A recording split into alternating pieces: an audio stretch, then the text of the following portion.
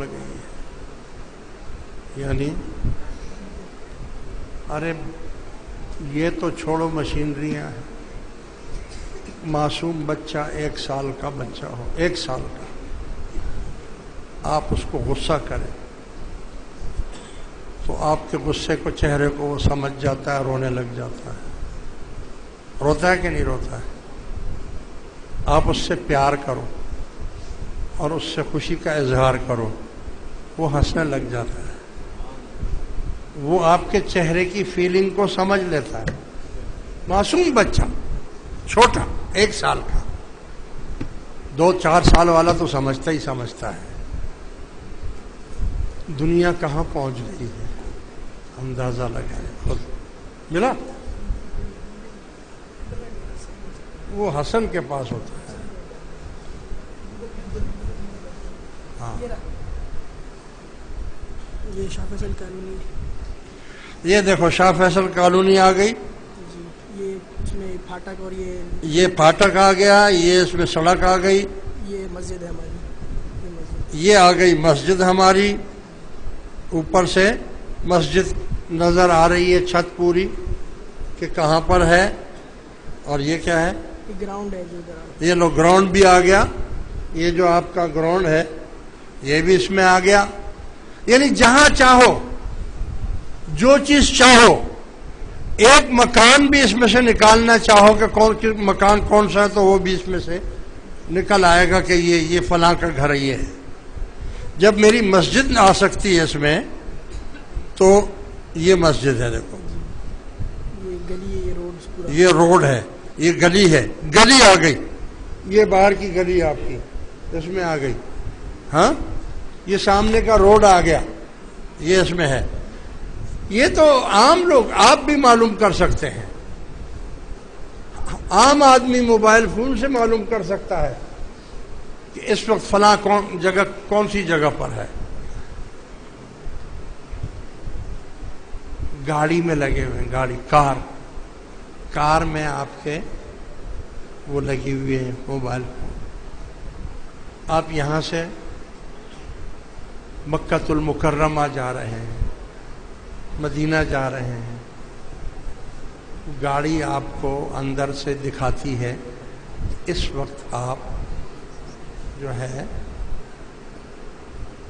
Jeddah سے گزر رہے ہیں، ابھی آپ مکہ سے گزر رہے ہیں، ابھی آپ مدینے کی طرف جا رہے ہیں. مدینے کی کون سے میل نمبر پر آپ اس وقت موجود ہیں؟ انڈیا جا رہے ہیں، کہیں کسی بھی ملک جا رہے ہیں آپ کو میلیج ناپ کر سفر آپ کا کتنا ہو چکا ہے، کتنے میل آپ چل چکے ہیں، کتنے میل پر آپ ابھی کھڑے ہیں، ابھی جا رہے ہیں، میل نمبر کیا ہے، اس پر وہ نمبر کیا ہے اس کا، وہ سڑک کون سی ہے، آپ کو اب مڑنا کدھر ہے. اس سڑک سے دوسری طرف مڑنا کدھر ہے، جہاں آپ جا رہے ہیں وہ مڑنا کا ہے، وہ بھی آپ کو وہ گاڑی میں، کار میں دکھا رہا ہے. میں نے اپنے آنکھوں سے یہ خود دیکھا ہے. اس کار میں بیٹھا ہوں جس میں وہ دکھاتا جا رہا ہے کہ اس وقت ہم یہاں ہیں، اس وقت ہم یہاں ہیں، اس وقت ہم یہاں ہیں. بولو بھائی، اور کسی دجال کی ضرورت ہے؟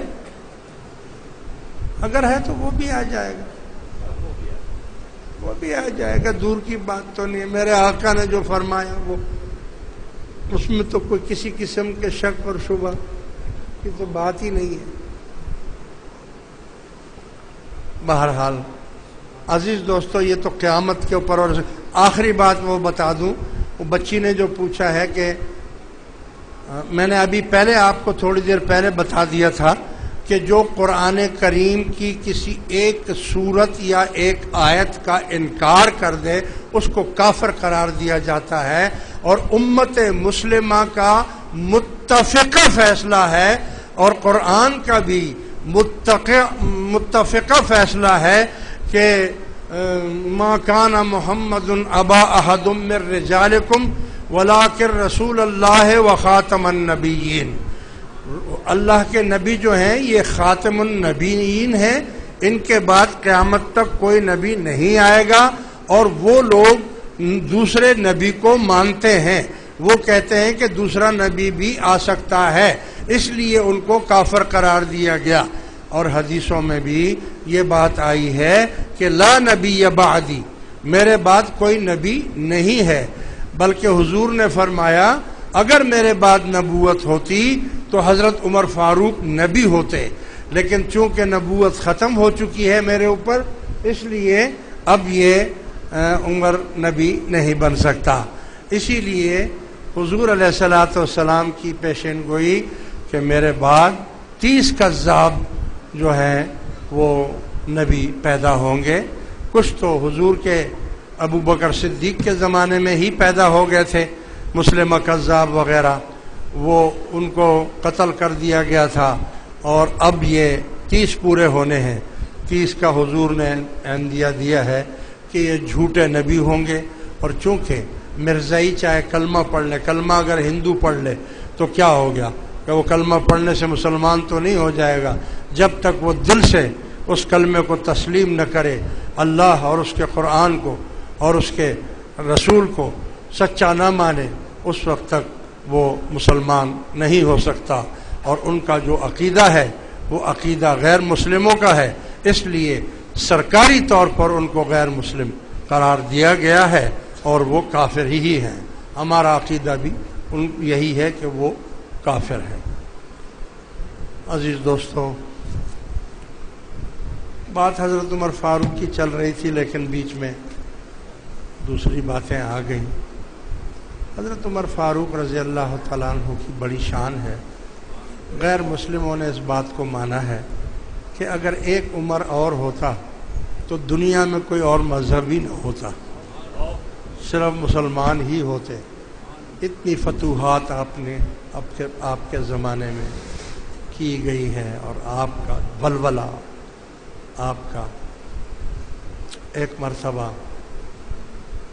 جب فتوحات ہوئی تو دجلہ، تو دریائے دجلہ ہے، اس میں ہر سال ایک نوجوان لڑکی کی بھیٹ دی جاتی تھی، یعنی اس جوان لڑکی کو دریا برد کرتے تھے، ورنہ وہ دریا بہت شور کرتا اور بہت نقصان پہنچاتا تھا، سیلاب کی شکل میں آتا تھا۔